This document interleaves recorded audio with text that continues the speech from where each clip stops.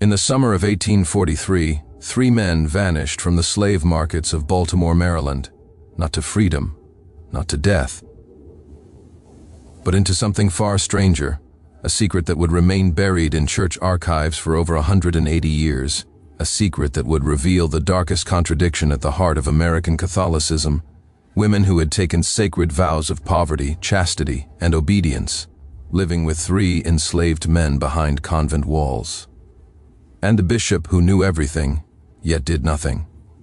This is the story of Sister Margaret Clare and Sister Josephine Marie, 2 women of God, 2 women who owned 3 human souls, and the impossible secret that connected them all. The women behind the veil, Baltimore, 1843. The Catholic Church was exploding across America. Convents were springing up everywhere: Georgetown, Maryland, Louisiana, each one a fortress of prayer and piety. But behind those high walls, something else was growing, something the church didn't want anyone to see. Sister Margaret Clare came from old Maryland money, the Calvert family, Catholic aristocracy dating back to Lord Baltimore himself. When she entered the convent of the Visitation in 1838, she brought more than just her faith. She brought her dowry, and in Maryland, dowries for wealthy Catholic girls didn't just mean money or land, they meant human beings. 3 enslaved men came with her: Samuel, age 24, a skilled carpenter; his brother Joshua, 22, trained as a blacksmith; and David, 19, who could read and write, a dangerous skill for an enslaved person in 1843. The convent accepted them all. Because this wasn't unusual. This was how the Catholic Church in America operated. Sister Josephine Marie was different. French-born, educated in Paris, she'd taken her vows in 1840 with dreams of missionary work and teaching the poor. But when she arrived at the Baltimore convent, she discovered something that shattered every ideal she'd held.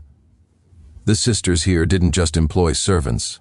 They owned them, they bought them, they sold them. And when Margaret Clare's failing health meant she could no longer manage her property, the convent assigned them to Josephine, 2 nuns, 3 enslaved men, all living in a cloistered convent where men were forbidden. Can you see the problem? Can you imagine the impossible situation this created? The arrangement no one could explain. Here's what made this secret so explosive. Catholic convents in 1843 followed strict rules of enclosure. Men weren't allowed inside convent walls except for priests, doctors, or workmen under constant supervision. Yet Samuel, Joshua, and David lived there, full-time. They worked the convent gardens, repaired buildings, managed the stables.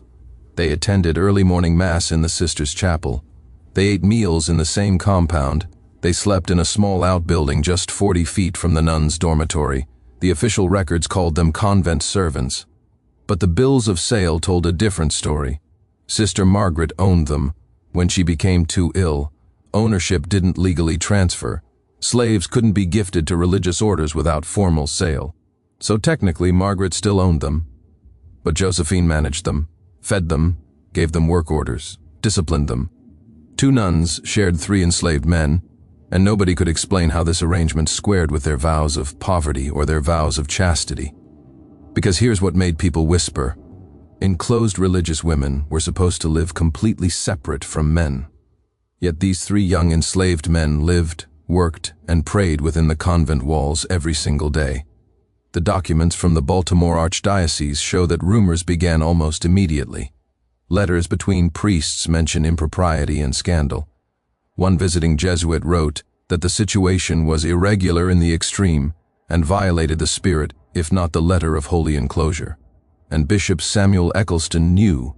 He knew from the beginning, because he had to approve every aspect of convent life. Nothing happened behind those walls without his permission. The bishop's terrible choice, Samuel Eccleston, became Archbishop of Baltimore in 1834. He was 34 years old, young, ambitious, and determined to build American Catholicism into a powerhouse. But he inherited a massive problem. Virtually every Catholic institution in the South was built on slave labor. Georgetown University owned slaves. The Jesuits owned 272 slaves across Maryland alone.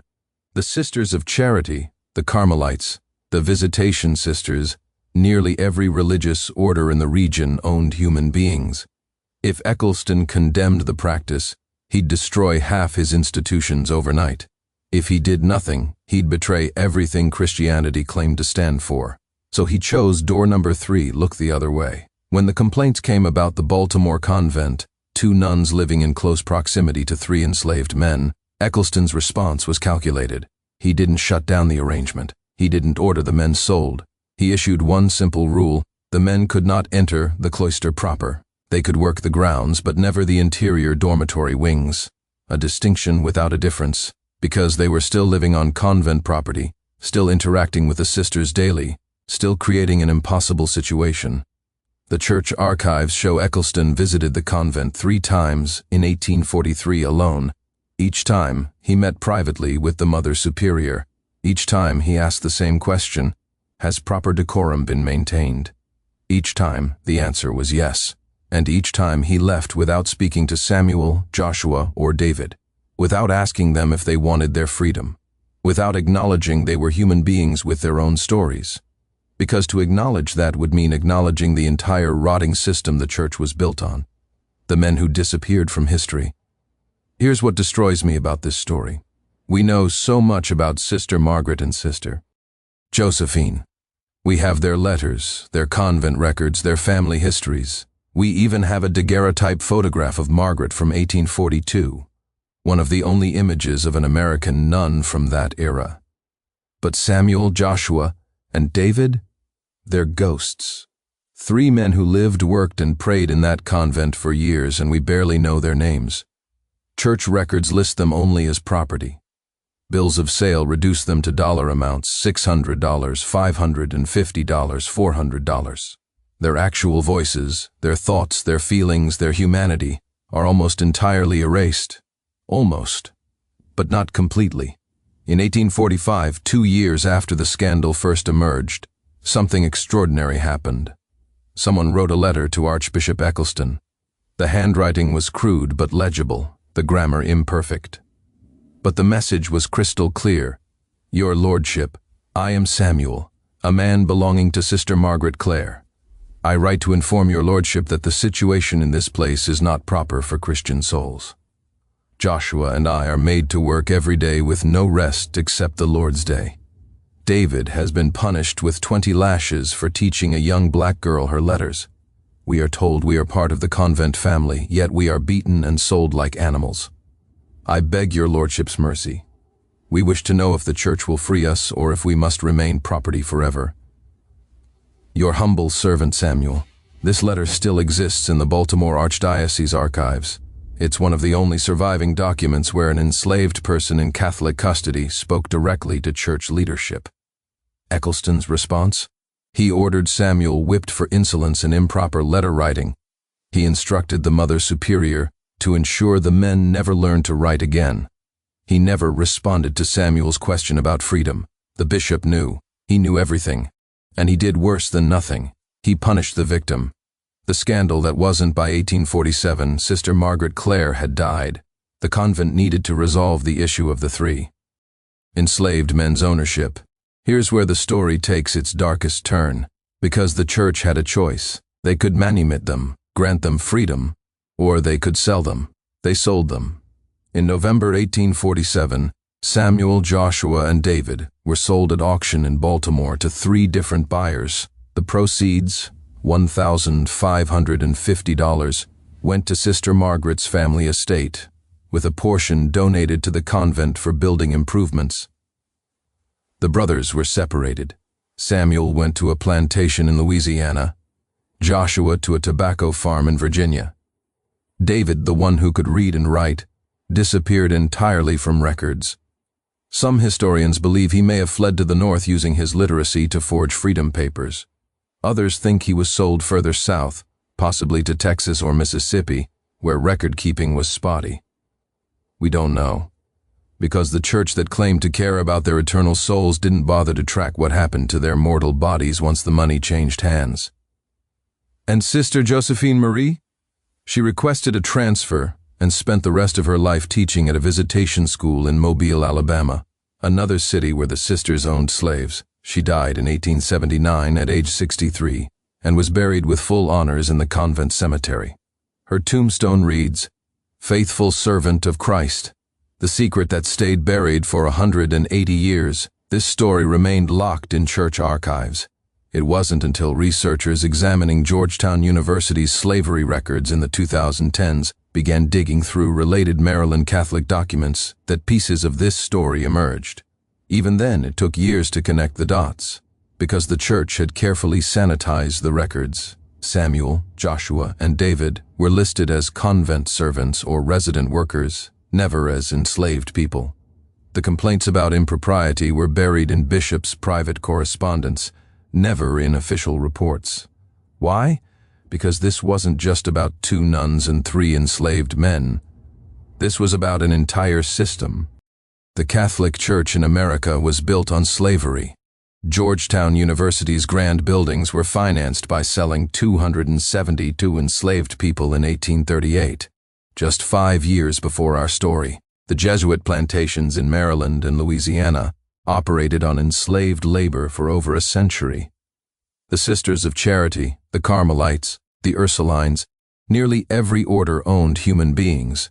If the truth came out about the impossible contradictions, nuns taking vows of poverty while owning people, priests preaching Christ's love while selling families apart, bishops condemning sin while profiting from slavery, the whole facade would collapse. So they kept the secret. They buried the documents, they erased the names. They made sure that Samuel, Joshua, and David would be forgotten. But secrets have a way of surfacing, and history eventually demands an accounting. The bishop knew everything. Samuel Eccleston died in 1851, never having freed a single enslaved person under his authority. He's buried in the Baltimore Basilica with a marble monument celebrating his devotion to the faith and the poor. The irony is grotesque. The man who condemned 3 enslaved men to continued bondage, who ordered Samuel whipped for asking for freedom, who valued church property over human dignity. This man is memorialized as a servant of the poor. Meanwhile, Samuel, Joshua, and David have no graves we can find, no monuments, no memorials. 3 men who lived, suffered, and prayed within those convent walls, who were owned by women who claimed to serve God, who begged a bishop for mercy and received only punishment. They're just names in auction records, property, numbers, ghosts. The impossible secret of 2 nuns who shared 3 male slaves isn't just a scandal about irregular convent arrangements. It's a story about the lies we tell ourselves, about how institutions claim moral authority while committing moral crimes, about how people who profess to follow Christ can simultaneously enslave his children, and about how some bishops knew everything, saw everything, and chose the church's reputation over human freedom every single time. This is buried history. The history they didn't want you to know.